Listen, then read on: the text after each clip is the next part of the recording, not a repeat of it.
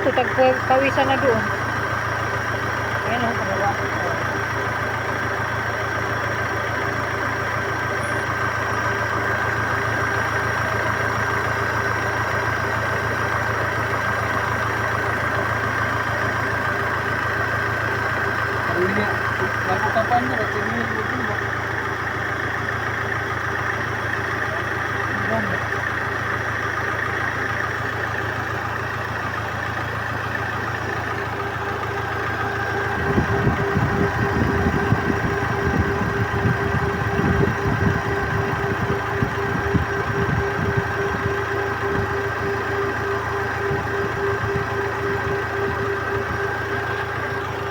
Hello guys, hello sir. So tapos na yung auxiliary pan natin na kinabit, additional auxiliary pan. So tapos na. Ayan, nasa loob. Ayan. Ayan.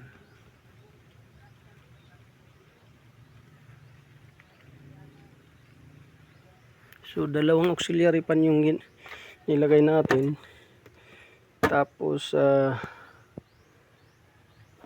ginawa din natin yung aircon. So malamig na siya sa loob. So mabilis lang lumamig yung aircon. So dahil yung una walang preyon na gaano ang laman. So 3/4 lang ang preyon, ang iba hangin na. Tapos walang langis gaano sa system. So nilagyan natin ng langis.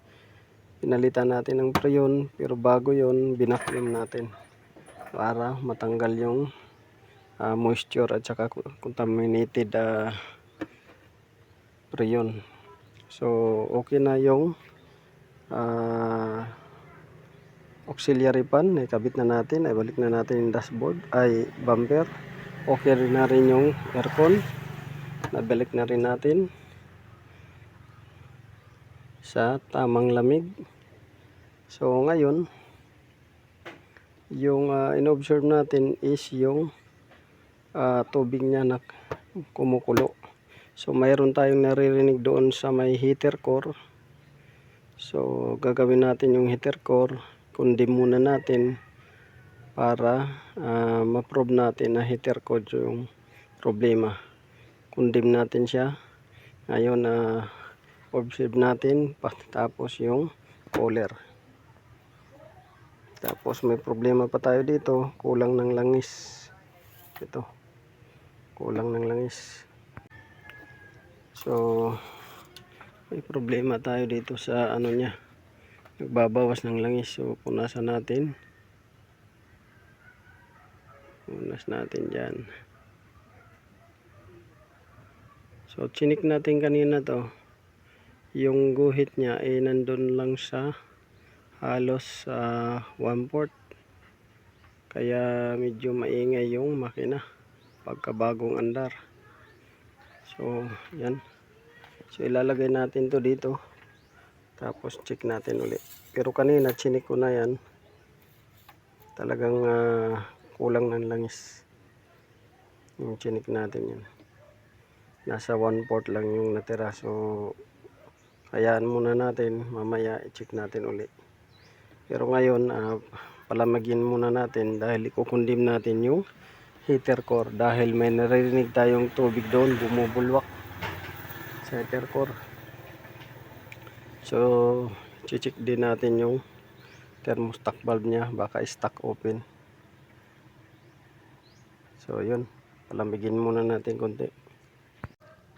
So check natin guys ulit yung langis nya. Check natin yung langis.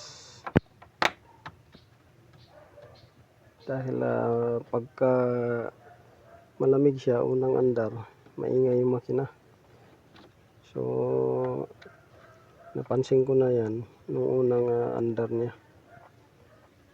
Ngayon chinek ko, na-check natin na mababa yung langis. So ngayon check natin ulit.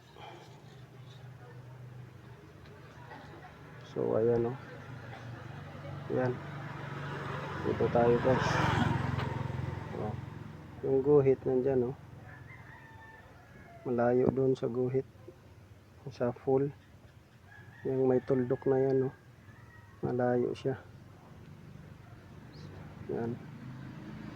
So mga isa't kalahating litro ang kulang nito. Isa't kalahating litro yung kulang. So nagbabawas siya ng langis dahil dun sa turbo niya.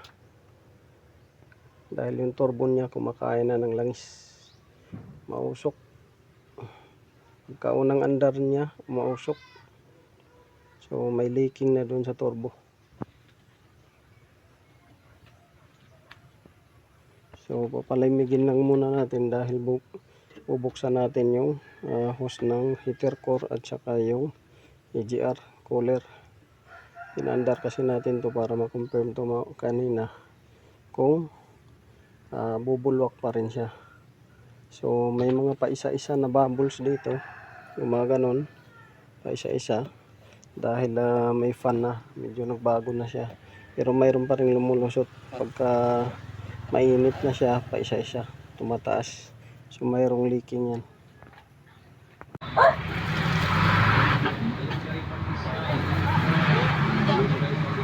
Ha? Kuman. Maulubi sa ligid. Malunggay pandesal, init pa. Malunggay pandesal, init pa. Malunggay pandesal, init pa. Malunggay pandesal, init pa. Maulubi ang ligid. Malunggay pandesal, init pa.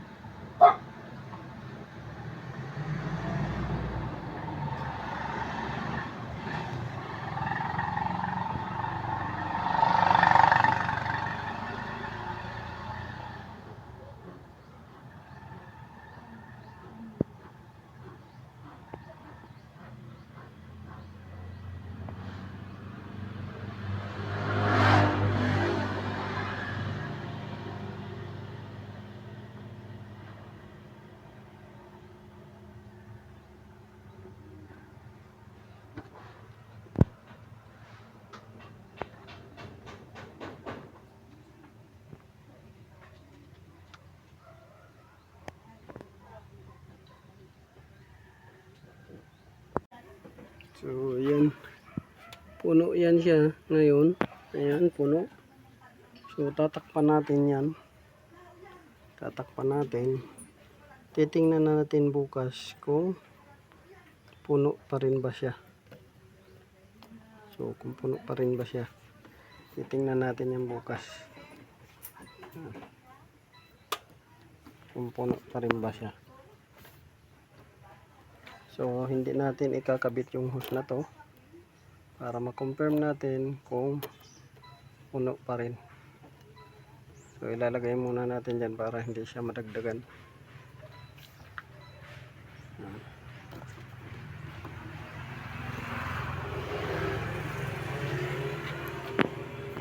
So ito guys, so ang ginawa natin guys para ma-prove na may problema talaga either dito sa radiator or doon sa EGR or doon sa heater core, ang ginawa natin ay tinanggal natin tong hose na to. Galing to doon sa may reservoir tank. Yan, reservoir tank galing dyan. So tinanggal natin to. Ito siya, puno to kagabi, puno. Bago natin iniwan, may video tayo na puno yan. So ngayon tatanggalin natin yan para makita natin kung saan or nagbabawas ba. So tanggalin natin. So ayan. So walang laman. Ayan o, walang laman. Ayan. So iilawan natin yan. So meaning yung puno yan kagabi iniwan natin. So mayroong portion talaga na nagbabawas siya. So ilawan natin. Ayan, tuyo. Yung tuyo. So dito may tubig dito pero hindi coolant yung kulay. Tubig dyan sa aircon yan dahil walang kulay yung coolant nya. Pero dito kikita natin na mayroong portion na parang tubig yung ay coolant yung kulay. Pero baka galing to doon sa reservoir ng pagtapon.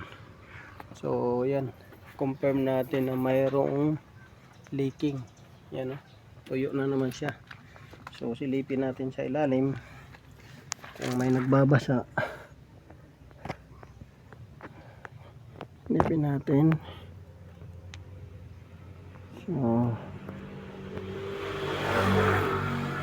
So dito na porsyon ay walang nagbabasa sa radiator. So walang nagbabasa dito na porsyon sa radiator. Yan. Walang coolant leak dito banda sa may radiator. Kasi yung cover hindi rin nagbabasa. So tatanggalin natin ngayon yung cooler. Dito wala rin. Wala rin dyan, tuyo dyan sa bypass nya, oil cooler wala. So dito itong tubig na to is nung natapon na coolant kahapon.